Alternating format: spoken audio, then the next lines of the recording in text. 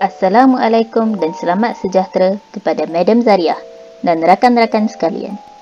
Dalam video ini, saya, Anum Suraya beserta ahli kumpulan saya, Muhammad Nur Rushaidi Irfan, Nur Sabrina dan Nur Afiqah akan menerangkan analisis dan kefahaman kami terhadap novel Kasut Kelopak Jantung karya Ghazali Latih. Tanpa membuang masa lagi, kita mulakan dengan sinopsis cerita ini. Novel ini mengisahkan Cikgu Harun yang menerima bungkusan hadiah setiap tahun, terutamanya pada Hari Guru. Hal ini membuatkan Cikgu Harun mengimbau kembali tentang peristiwa yang berlaku 30 tahun yang lalu, semasa beliau bertugas sebagai guru di sebuah kawasan pedalaman. Pada permulaannya, Cikgu Harun telah sedia maklum tentang siapa pengirim hadiah tersebut. Namun, beliau tertanya-tanya sama ada hadiah yang beliau terima itu ikhlas atau satu sindiran atau kedua-duanya. Beliau kemudian teringat tentang dirinya yang pernah menegur seorang murid bernama Ahmad kerana tidak memakai kasut dan tidak membawa pakaian sukan ke sekolah. Beliau juga telah mendenda Ahmad memakai kasut yang diperbuat daripada kelopak jantung pisang. Ahmad pun berasa malu dan sedih kerana dia terasa seperti Cikgu Harun menyindirnya dan ramai murid lain mentertawakannya.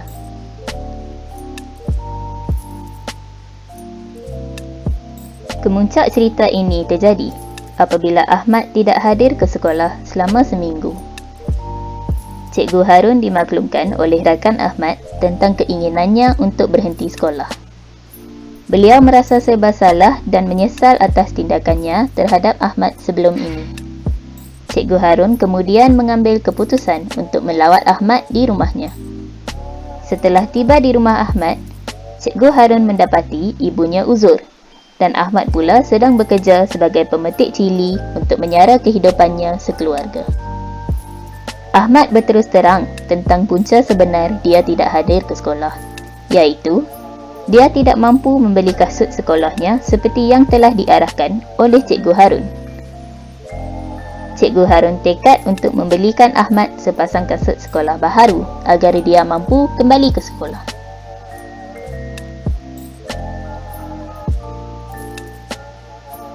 Pengakhiran novel ini adalah apabila selepas Cikgu Harun bersaraf, jasa beliau tetap dikenang oleh Ahmad melalui pemberian bungkusan hadiah yang berisi kasut berjenama setiap tahun pada Hari Guru. Cikgu Harun sedar bahawa Ahmad sememangnya ikhlas memberi beliau hadiah berdasarkan surat yang disertakan dengan bungkusan hadiah itu.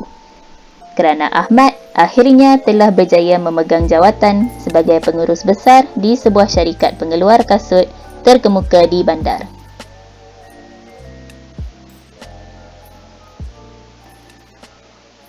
Seterusnya, terdapat beberapa nilai murni yang dapat dikesan dalam novel Kasut Kelopak Jantung ini. Nilai murni yang pertama merupakan nilai kejujuran. Contohnya apabila Ahmad menjawab soalan cikgunya secara jujur. Kita diajar untuk sentiasa jujur dari segi percakapan, perangai, akhlak dan dalam apa-apa perbuatan dan pekerjaan yang kita lakukan. Jangan mengambil mudah dalam dosa. Kita tidak pasti bila dan ketika ajal kita datang menjemput kita. Maka, bersegeralah kita bertaubat dan jadilah orang yang jujur dan ikhlas kerana Allah. Tidak ada istilah nanti dalam membuat perubahan kepada diri kita sendiri. Semua pilihan terletak atas diri kita sendiri, sama ada hendak ke syurga atau ke neraka.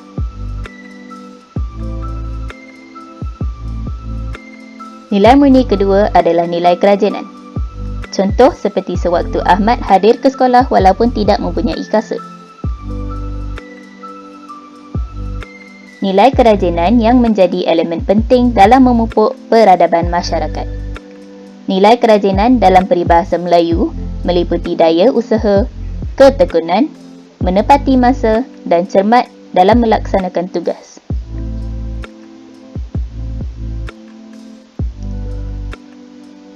Nilai murni yang terakhir pula adalah nilai keinsafan. Contohnya seperti Cikgu Harun yang berasa insaf akan tindakannya terhadap Ahmad. Apabila kita melakukan sesuatu kesalahan yang telah menyinggung perasaan orang lain, kita haruslah insaf. Insaf tidak semestinya harus menjadi hubungan kita dengan Tuhan, tetapi hubungan kita sesama manusia juga. Novel Kasut Kelopak Jantung juga mengandungi beberapa kelemahan. Antaranya adalah novel tersebut tidak mempunyai variasi karakter. Novel ini terdapat hanya dua watak utama, iaitu Cikgu Harun dan Ahmad. Oleh sebab itu, pemerhatian penceritaan ini difokuskan kepada mereka sahaja. Secara tidak langsung, jalan penceritaan tersebut menjadi kurang menarik perhatian pembaca.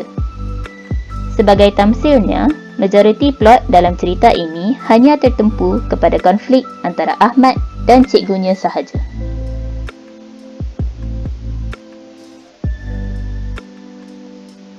Selain itu, satu lagi kelemahan yang dapat dikenal pasti dalam novel ini adalah kurangnya latar belakang watak utama. Dalam cerita tersebut, Ahmad digambarkan sebagai seorang pelajar yang sangat miskin sehinggakan tidak mampu untuk membeli kasut sekolah. Namun, menjadi pertanyaan terhadap pembaca apabila tiada penjelasan penuh tentang latar belakang keluarganya yang menyebabkan dia miskin. Sebagai contoh, ayah Ahmad langsung tidak dinyatakan dalam novel ini, yang menyebabkan pembaca tertanya mengapakah Ahmad terpaksa membawa dirinya dan bekerja bagi menampung keluarganya sendiri.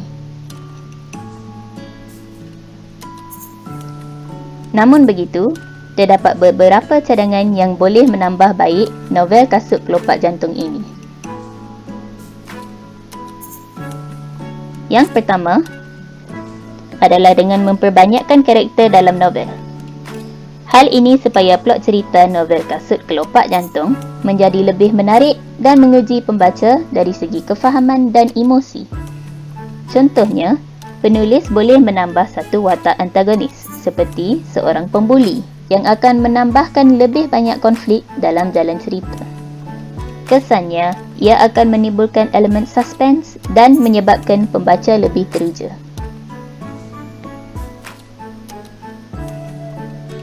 Seterusnya, penambahbaikan yang boleh dilakukan terhadap novel ini adalah dengan penulis sewajarnya menjelaskan dengan lebih terperinci berkenaan latar belakang watak utama, terutamanya watak Ahmad.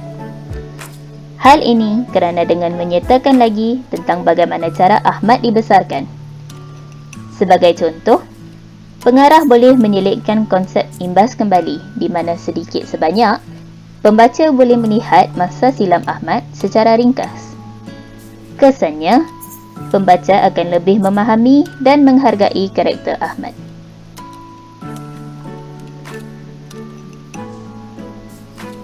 Dengan berakhirnya pernyataan penambahbaikan yang kedua sebentar tadi, maka tamatlah sudah seluruh pembentangan yang berkaitan dengan novel Kasut Kelopak Jantung. Apa yang dapat disimpulkan di sini ialah novel ini merupakan salah satu novel yang sangat berkesan bagi menyentuh sentimen berkaitan dengan kemasyarakatan dan sangat sesuai dijadikan bahan bacaan bagi seluruh anak muda kerana ia dapat menyemai pelbagai nilai murni dalam jiwa mereka. Tambahan pula, novel ini sangat mudah untuk difahami oleh seluruh pembaca, tidak kira daripada mana-mana lapisan umur. Segala kesilapan atau kesulitan yang terjadi sepanjang proses pembentangan ini harap dimaafkan. Itu sahaja daripada kami. Sekian, terima kasih.